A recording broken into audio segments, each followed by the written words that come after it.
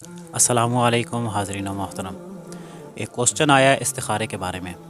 تو استخارہ کس طرح کیا جائے اور کیا ہم دوسرے بندے سے استخارہ کرا سکتے ہیں؟ تو میں آج مولانا ذوالفقار یوسف صاحب سے یہ بات کروں گا، وہ ڈیٹیل کے ساتھ آپ کو ساری چیزیں کلیئر کریں گے۔ نحمده ونصلي على رسوله الكريم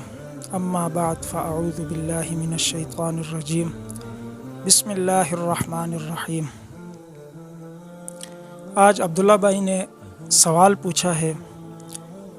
کہ کیا استخارے کے بارے میں، استخارہ کسے کہتے ہیں؟ استخارے کا لفظی معنی ہے خیر طلب کرنا، اور اس کا شرعی مفہوم یہ ہے کہ ایسا معاملہ جس میں انسان کو تردد ہو کہ آیا یہ کام کروں یا نہ کروں، تو اس کام کے بارے میں اللہ سے مشورہ طلب کرنا، اس کو استخارہ کہتے ہیں۔ اور وہ کام شرعاً جائز ہو، ایسا نہیں ہے کہ جو کام شرعاً جائز نہیں ہے، نعوذ باللہ کوئی گناہ کا کام، تو اس میں استخارہ نہیں ہو سکتا۔ اسی طرح جو فرائض ہیں جیسے نماز، روزہ، حج، زکوٰۃ وغیرہ، تو ان چیزوں کے بارے میں بھی استخارہ نہیں ہو سکتا، کیونکہ یہ تو اللہ کی طرف سے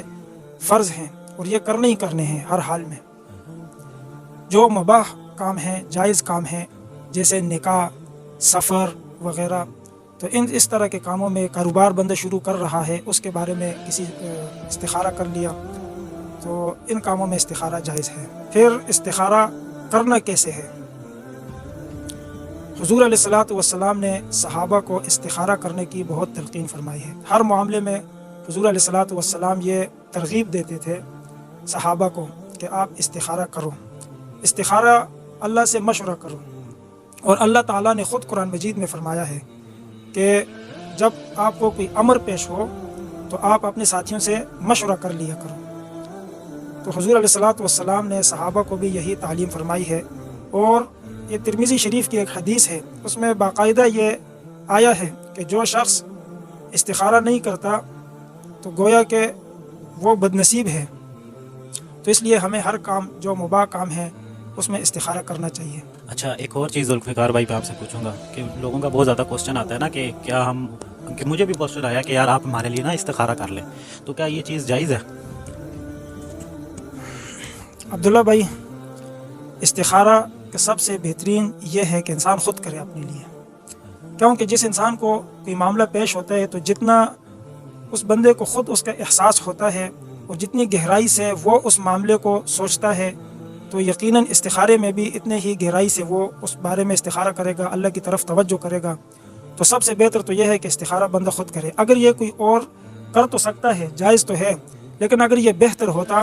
تو حضور علیہ الصلاۃ والسلام کی زندگی میں صحابہ کرام حضور علیہ السلام سے استخارہ کرواتے ہیں، کیونکہ حضور علیہ الصلاۃ والسلام سے زیادہ کوئی اس دنیا میں نہ علم کے اعتبار سے زیادہ ہے اور نہ کسی اور لحاظ سے، اور حضور علیہ الصلاۃ والسلام سے استخارہ کرواتے صحابہ۔ لیکن ایسا کوئی واقعہ نہیں ملتا کہ صحابہ نے استخارہ حضور علیہ السلام سے کروایا ہو، اس لیے آپ علیہ السلام کے عمل سے بھی یہ بات ثابت ہے، اور ہمیں بھی استخارہ خود ہی کرنا چاہیے۔ بہتر تو یہ ہے، ہاں اگر ایک بندے کو بالکل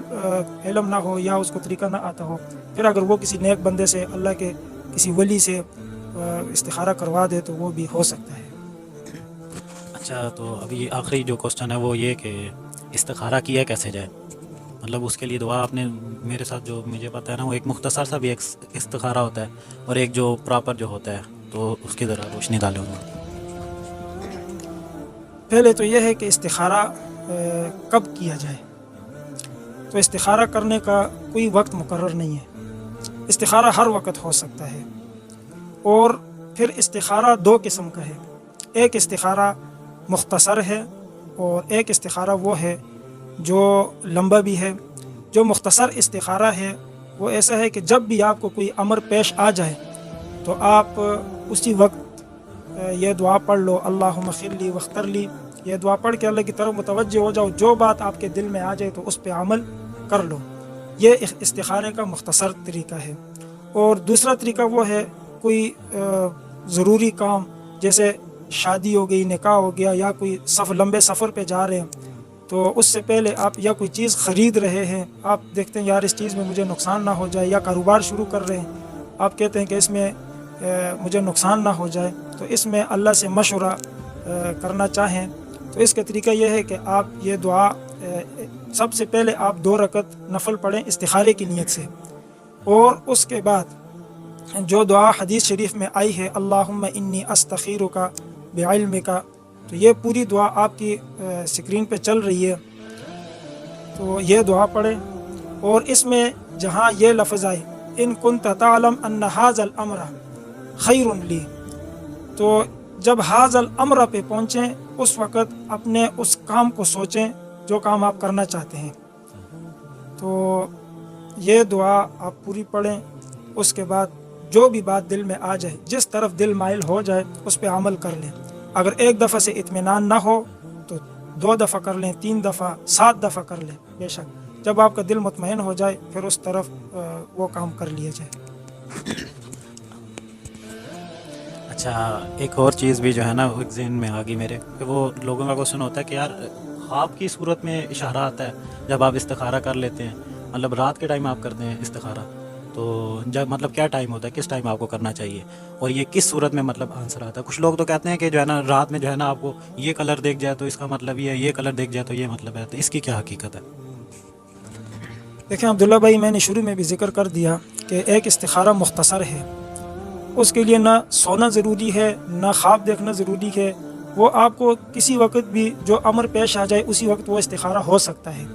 وہ دعا پڑھیں، مختصر دعا پڑھیں اور اللہ کی طرف متوجہ ہو جائیں، جو بات دل میں آ جائے اس پہ عمل کر لیں۔ دوسرا جو استخارہ ہے جس میں ٹائم لگتا ہے تو اس کے لیے بھی سونا ضروری نہیں ہے، بلکہ آپ یہ لمبی دعا پڑھ 2 رکعت نفل پڑھیں، اس کے بعد یہ دعا پڑھیں اور اللہ کی طرف متوجہ ہو جائیں، جس طرف آپ کا دل کا میلان ہو، جس طرف آپ کے دل کا رجحان ہو تو اس پہ عمل کر لیں۔ ہاں، اگر اس کا بہتر طریقہ یہی ہے کہ انسان رات کو سونے سے پہلے 2 رکعت نفل پڑھ لے، پھر یہ دعا پڑھ لے، اللہ سے مانگ لے یا اللہ جو حق ہے وہ مجھے میرے دل میں ڈال دیں، پھر رات کو سو جائے، اگر خواب آ گئی کوئی اچھی خواب پھر اس کی تعبیر کسی معبر سے پوچھ لے، جو تعبیر وہ دے دے اس کے مطابق عمل کر لے۔ لیکن اگر خواب نہ آئے تو یہ اس بات کی دلیل نہیں ہے کہ اس کا استخارہ ٹھیک نہیں ہوا، بلکہ صبح اٹھتے وقت جو بھی خیال اس کے دل میں آ جائے اس پہ عمل کر لے۔ اسی طرح اگر پہلے دن کوئی خیال دل میں نہیں آیا، دل کسی طرف مطمئن نہیں ہے، ڈگمگا رہا ہے، دوسرے دن کر لے، تیسرے دن، 7 دن تک بے شک کر لے یہ عمل، تو ان 7 دنوں میں یہ دیکھ لے اس کا دل کس طرف زیادہ مائل ہے، تو جس طرف مائل ہے اس پر عمل کر لے، انشاءاللہ فائدہ ہوگا۔ اور جو استخارہ کرتا ہے وہ کبھی پچھتاتا نہیں ہے، جو مشورہ کرتا ہے وہ کبھی پچھتاتا نہیں ہے، تو اس لیے ہمیں ہر کام میں جو جائز کام ہے ان میں استخارہ اور مشورہ دونوں کرنا چاہیے۔ یہ تو بات آپ کی بالکل جائز ہے کہ ہم اللہ سے مشورہ کر رہے ہیں، تو اللہ سے جب مشورہ کیا تو اس نے تو بالکل دوسری رائے ہے ہی نہیں، ہے نا۔ اچھا، تو یہ ویڈیو ہوگی آپ کے استخارے کی مکمل،